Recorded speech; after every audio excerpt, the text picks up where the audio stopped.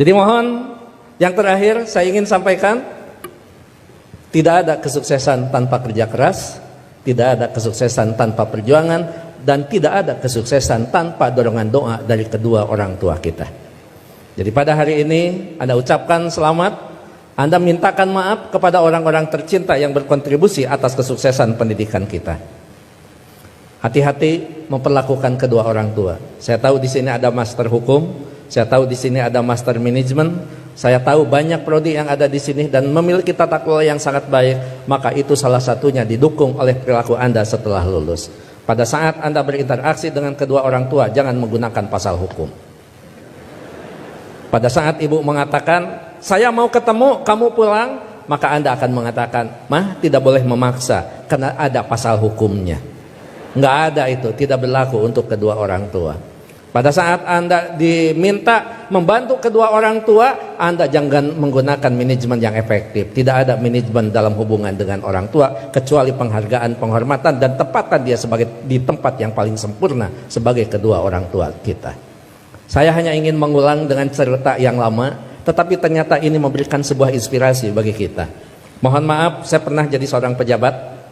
Pada saat saya sedang rapat, saya ditelepon oleh keponakan saya dan menyatakan ibu saya dalam keadaan sakit. Kemudian saya balas telepon itu dengan sebuah ungkapan yang agak sedikit sombong.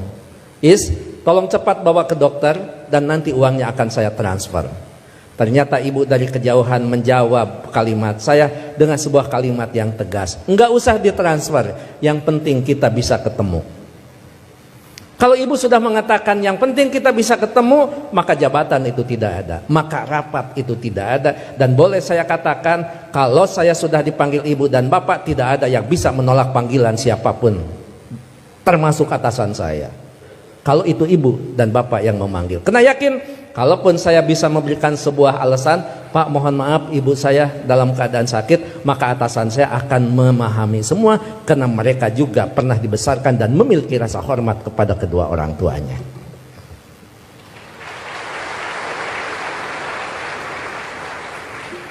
Pukul 8:30 malam saya pulang, dan saya sama seperti Anda, mungkin saya lebih kampung daripada Anda yang hari ini di wisuda.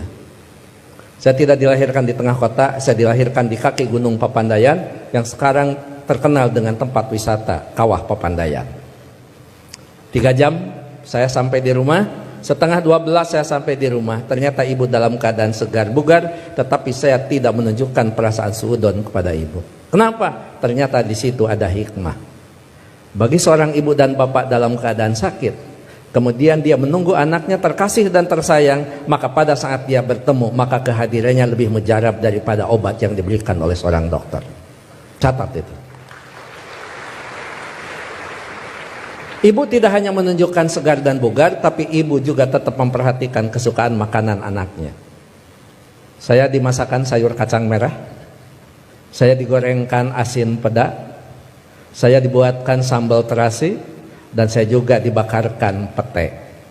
11:30 malam, coba bayangkan ada sayur kacang merah, nasi putih, bakar pete, dan belum peda ditambah sambal terasi. Boleh dibayangkan setelah wisuda. 11:30 malam saya disuguhi makanan itu, maka tidak ada kalimat yang bisa diucapkan kepada ibu selain mengucapkan terima kasih. Padahal saya tidak biasa makan malam, kecuali makan nasi di waktu malam. Ya saya makan. Saya tidak pernah mengatakan, Amah ngapain masak? Kan kata dokter paling tidak 3 jam sebelum tidur kita boleh makan. Ini mau tidur 11:30, ngapain masak? Bagaimana perasaan ibu pada saat seorang anak yang dia tunggu, yang dia masakan, kemudian anak berargumentasi dengan sebuah ilmu di mana ibu tidak paham tentang ilmu itu? Menyakitkan. Iya, saya makan dan saya berdoa mudah-mudahan ini jadi obat. Begitu saya lirik dari sudut mata saya, ibu kelihatan bahagia. Kenapa? Makanan yang dia pasak itu betul-betul dimakan oleh anaknya. Begitu selesai makan, saya mengatakan kepada ibu, "Amah, mohon maaf, ini makanan sangat enak, terima kasih, tapi mohon maaf besok tidak akan pulang siang karena ada pekerjaan yang tersisa, kemungkinan saya pulang sebelum sholat subuh." Ibu dengan bijak mengatakan, "Enggak apa-apa, yang penting kita sudah ketemu, sok istirahat." Saya sambil dituntun dibawa ke kamar. Setelah di kamar saya diselimuti. Ibu lupa kalau anaknya adalah seorang profesor. Ayo tepuk tangan. Itulah ibu. Jadi Anda mohon maaf, baru juga ahli madya ya. Ahli madya, ibu mau nyelimutin. Ngapain? Ini baru di wisuda. Ada yang lebih tinggi lagi, masa mah disimutin, ini tekan sarjana. Nggak ada di depan orang tua itu, jangankan ahli madya, sarjana, master, doktor, seorang profesor di hadapan ibu, di hadapan bapak, tetap kita adalah seorang anak yang perlu menghormati mereka.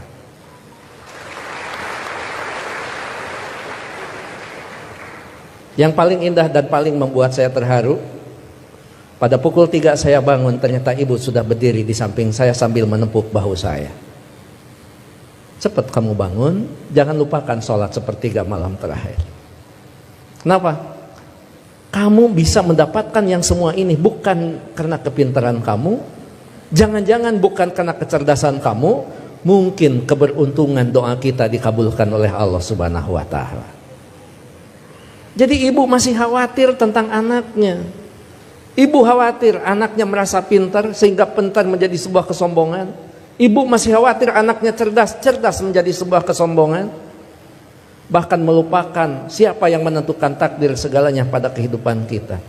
Itu pada profesor itu. Jadi tolong ibu bapak, sebagai orang tua, anak kita hari ini di wisuda, tetap mereka adalah anak kita yang perlu kita luruskan pada saat mereka terlempar dari jalan yang memang ditentukan.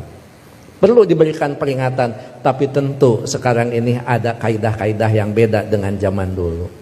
Seorang siapa Pak Rektor, sahabat itu, Ali, mengatakan, didiklah anak-anakmu bukan dengan zamanmu, karena mereka tidak mungkin mengalami zaman yang seperti kita alami. Jadi memang cara sudah berbeda, cara kita memperlakukan anak-anak kita. Tapi sejatinya tetap kewajiban kita adalah bagaimana mendidik anak-anak kita, bukan masalah kedewasaan. Tapi masalahnya sampai nyawa berpisah dengan badan, itu tetap menjadi kewajiban kita sebagai kedua orang tua. Begitu saya sudah selesai sholat, kemudian di situ saya bisa mendapatkan sebuah hikmah. Memang orang tua kita adalah punya kecerdasan yang luar biasa.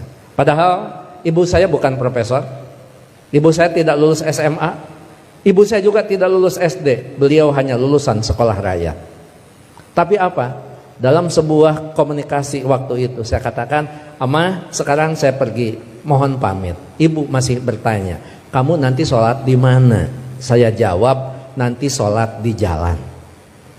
Ibu langsung mengkritisi kalimat saya, "Jangan suka sholat di jalan, ketabrak mobil." Itu kata ibu itu.